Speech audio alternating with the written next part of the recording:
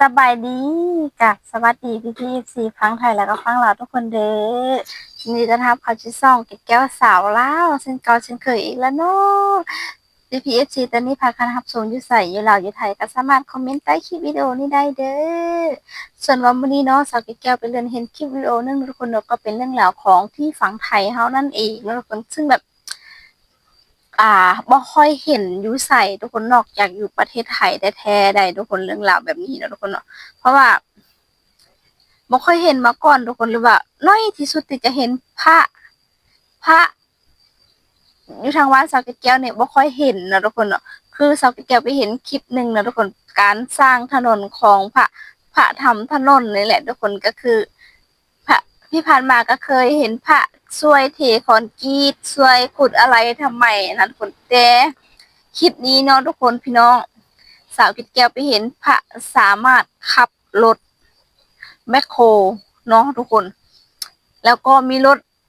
เกรดดินหลายสิ่งหลายอย่างที่ว่าเขาทำถนนกันหั่นแหละทุกคนเฮ็ดถนนกันแหละแล้วก็ขับได้เก่งทางด้านนี้เลยเนาะคนเนาะไปทุกคนไปรับชมคลิปวิดีโอไปพร้อมๆกันเลยเนาะมาทุกคนเฮามาเริ่มกันวิดีโอแรกกันเลยทุกคนเนาะ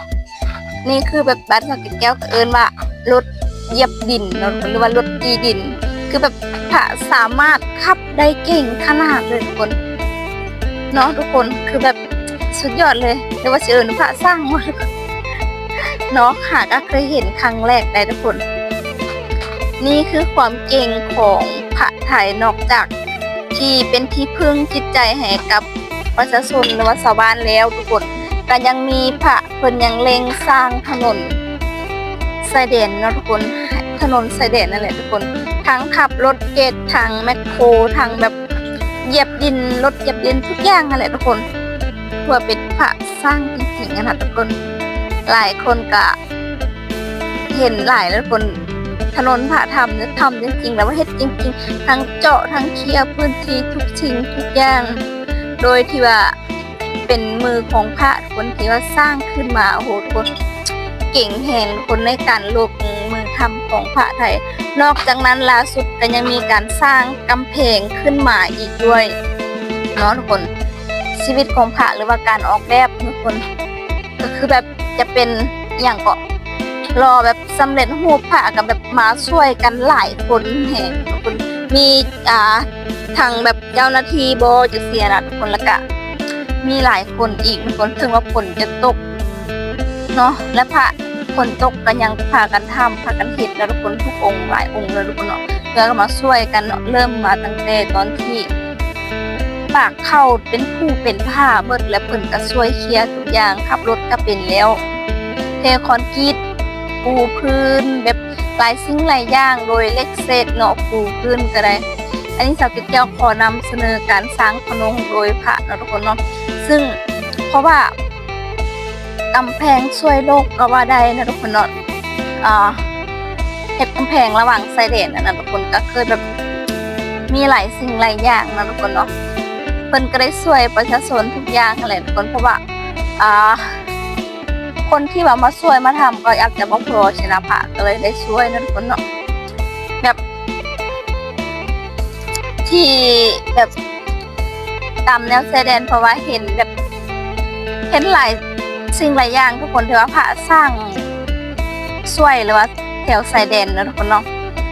แล้วก็เอารถแมคโครเข้ามาพื้นที่เคลียร์เนาะทุกคนแล้วให้กับพี่น้องชาวไทยรู้สึกว่าปลอดภัยขึ้นนั่นเอง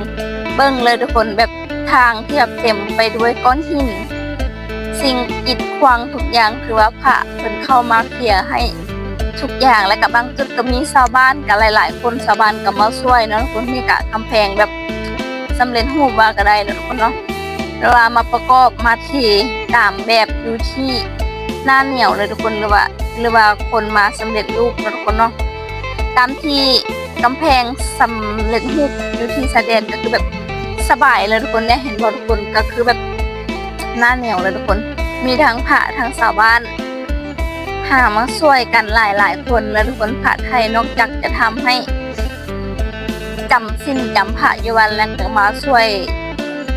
ชาวบ้านอีกทุกคนเนาะถ้าแบบว่าเลวเพิ่นก็บ่กลับอีหลีเลยคุณแม่ขุดดินอีหยัง พระเอามาช่วยเนาะทุกคนแล้วก็มีทั้งชาวบ้านเดนี่คือแบบเขาเฮ็ดแบบข้างของถนนนะขุดลงน้ำเนาะทุกคนให้เป็นคลองน้ำเนาะทุกคนมีบ่อน้ำไหลออกมานั่นเองเนาะทุกคนเนาะแล้วก็คนดินมากก็วางตามแนวทางแบบเพราะว่าช่วงนี้ก็เป็นช่วงที่ได้หยาฝนเลยทุกคนก็หีบทำหีบเสร็จหีบแล้วนะทุกคนเนาะนี่เห็นบ่หลังจากที่ปรับพื้นผิวเรียบร้อยแล้วก็เกี่ยมอีหยังก็ใส่โครงเหล็กเส้นแล้วเกี่ยมเอารถมาที่พรกิจประจำการเลยทุกคนเนาะค่ะก็จะมาช่วยอีกช่วยแบบเฮ็ดให้แล้วไวๆอีกทุกคนเนาะแบบ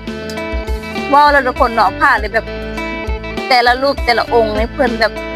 ค่อนข้างที่จะแข็งแรงที่สุดนั่นเองทุกคนแบบเฮ็ดเวียกหนักกันตลอดทั้งวันเลยนะทุกคนเนาะ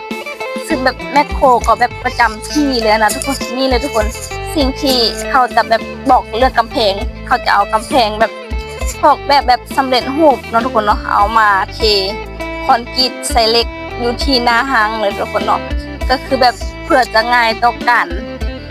มาติดตั้งเนาะทุกคนเฮ็ดแบบยาวๆตลอดกาลนะทุกคนเนาะทุกคนนอกจากแบบผ่าแล้วก็เป็นแบบได้ทุกอย่างเนาะทุกคนเนาะขออนุญาตใช้คำนี้เลยนะทุกคนเนาะเป็นได้ทุกอย่างแท้ๆเลยนะทุกคนเนาะความเก่งของพระเมืองไทยนะทุกคนเนาะช่วยเหลือแบบทหารชายแดนก็คือการสร้างเส้นทางคอนกรีตให้เสร็จโดยเร็วนะทุกคนว่าเคลียร์ทุกพื้นที่ให้เสร็จสิ้นนะทุกคนเนาะโดยมือของเพื่อนเองหรือว่าเหนือแหงของเพื่อนเองมาช่วยกันแล้วก็มีชาวบ้านและก็การสนับสนุนก็จะเป็นปัจจัยจากญาติโยมจากพี่น้องชาวไทยนะทุกคนเนาะเกี่ยวบริจาคช่วยสิ่งของหรือว่าอีหยังก็ตามแต่หลายสิ่งหลายอย่างเดี๋ยวจะมาช่วยสร้างเส้นทางนี้ให้ได้นั่นเองทุกคนเนาะอย่างมหาศาลและก็ว่าได้นะทุกคนเนาะ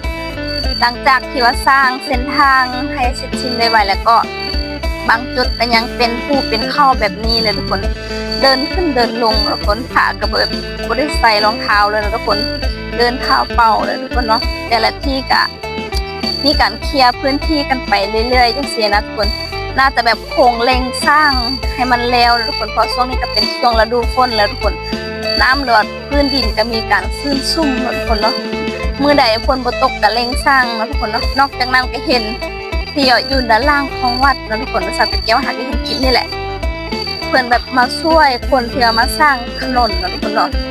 แต่พระเขาก็อยากช่วยอยู่ด้านล่างอีกคนเขามาสร้างถนนเสียนะทุกคนนะทุกคนเนาะคือแบบมาช่วยเคลียร์ถนนอย่างมาต่อยปูช่วยกันช่วยชาวบ้านช่วยคนที่ว่าคนงานทับก่อสร้างนั่นเองทุกคนโอ้โหเก่งจริงทุกคนเฮ็ดทุกอย่างเนาะทุกคนเนาะเก่งอีหลีเนาะทุกคนเนาะพระไทยเนาะ